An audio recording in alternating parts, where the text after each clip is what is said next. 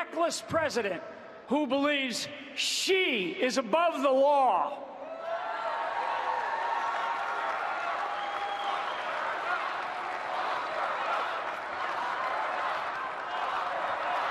Lock her up. That's right.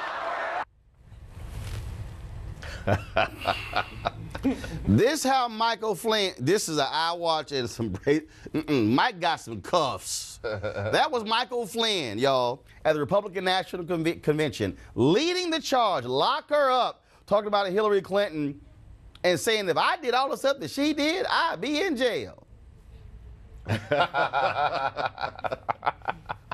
You about to go to jail.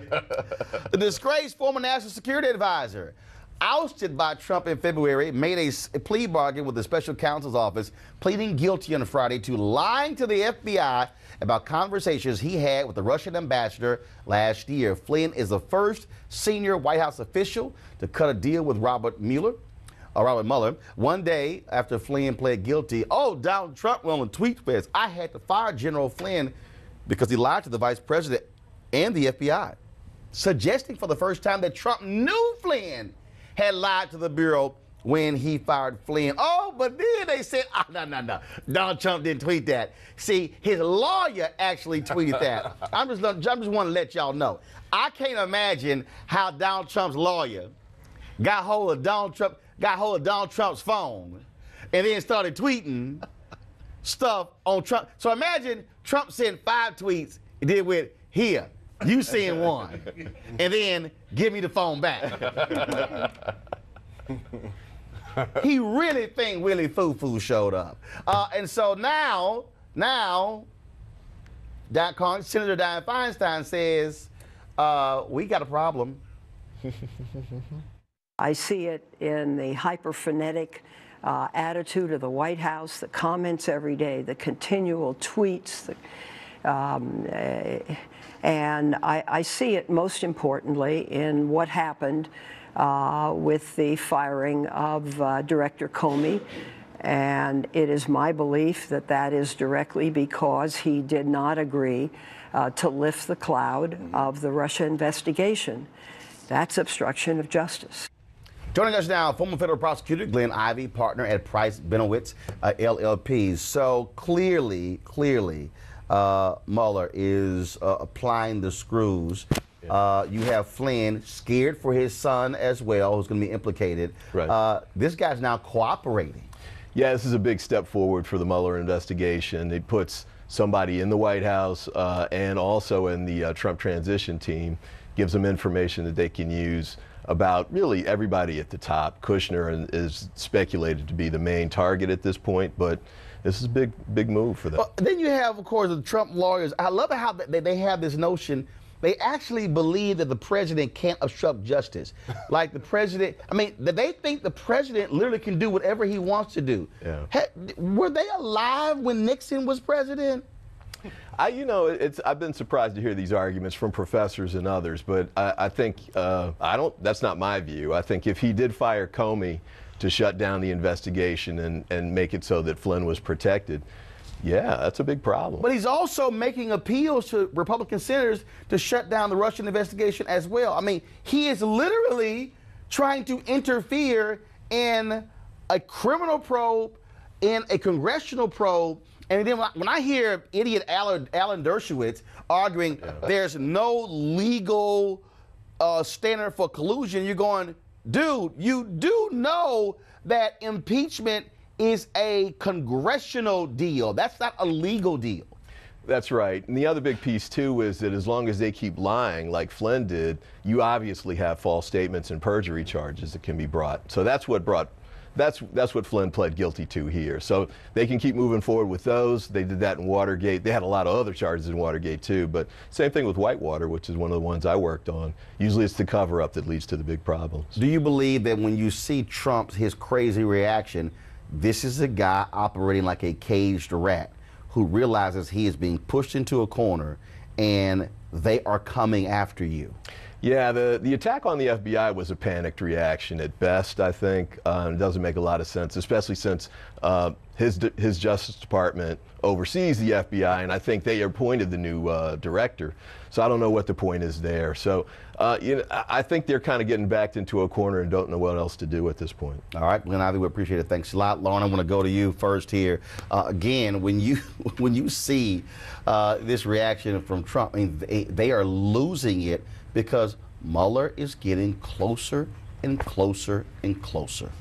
Yeah, there's two major problems here. If the lawyer is claiming to be the person who actually tweeted, then he's going to probably become a material witness in the case, in which case he cannot represent the president. He, of course, John Dowd, is the same lawyer who's making the argument that the president, as the chief law enforcement officer, cannot be prosecuted, which I think is ridiculous. The only thing that I can see here that may get them out of this is, of course, if the president were to try to pardon Flynn and, of course, Kushner, because the underlying lie that Flynn told is the lie with regard to the conversation to Ambassador Kislyak. And the person prompting that conversation would appear to be the president's son-in-law, Jared Kushner. So to save all of those people, it seems like, to me, Mueller has to involve New York and, in fact, Eric Schneiderman in some way to avoid the pardon problem. Chris Metzler, sure. Everyone knows that the Trump card, no pun intended, is a pardon. But now you go that route. Now all of a sudden the public is going, dude, what's the deal? What do some of the other people know? Yeah, well, I mean, and the pardon thing, okay, yeah. But I don't think that's going to happen because he is the one who has said continuously there is nothing here. It is a nothing burger. So you are pardoning a nothing burger? It'll happen. Well, and I mean, he certainly can do it, but then the question becomes, who is to be locked up and why? That becomes the question at that point. If his son-in-law gets indicted, there's going to be a pardon. Well, and there may be a pardon, but I think politically, if he wishes to take that risk, then I think actually the pardon is a bigger risk than not giving a pardon. Yeah. The second he gives a pardon to Flynn or Jared, they waive their Fifth Amendment rights they waive their Fifth Amendment rights, which means that now they are compelled to testify to everything they know, and I don't think 45 wants that. Flynn. I'm 100% sure that Flynn gave up some things to get the sweetheart deal that he got. Of course, yeah, we don't and he's still giving things up. Right, but we don't even know. Yeah, I think Kushner maybe needing some cush to deal with the stress from this right about Malik. So privatized actions don't work in a public space, and that's what we're finding out. Right. Businessmen cannot move the government just like they run their private business, but the administration in 1600, they have a play, right? Everybody knows when they hit that line and they wear that jersey, protect the quarterback at all times. Right. That's what we're seeing. Right. The lawyers even jumping in, going, I got this covered. The problem is everybody's in the strategy room with the Kevin Hart kind of twitch. Okay, all right, because no one knows what to do. If I protect him by lying, I hit the indictment, they roll over on me anyway. I tell the truth about the administration, I get fired. This is very simple. It's no win. Donald Trump will not protect anybody. No. Except Donald Trump. Except Donald Trump. Right. So I'm just saying, anybody in the White House, I'm just saying, if I'm you, I'm not going to risk going to prison and losing all my money paying a lawyer for somebody who I know not going to protect me. Yeah. Very simple. Don't lie to the FBI. Michael Flynn is Exhibit A. It's not going to turn out well. I'm just saying. We're going to get that proven. We're going to get that proven, what you just said with regard to the son-in-law, Jared Kushner. Absolutely. Whether or not he will try to protect him and not himself, that moment will come. It's going to be an interesting one. And he, Yvan's going to have to have a conversation with her father about protecting her husband. There you go. I'm out of time, folks. Weekdays on TV One. I will never lie to you. Oh, my God. Roland Martin. He doesn't want to talk to us. He wants to ignore us. Uncensored. Hell no. That ain't gonna cut it, boo. Unapologetic. No, that is fundamentally false. You are wrong. Unfiltered. He wants an America where we all look alike.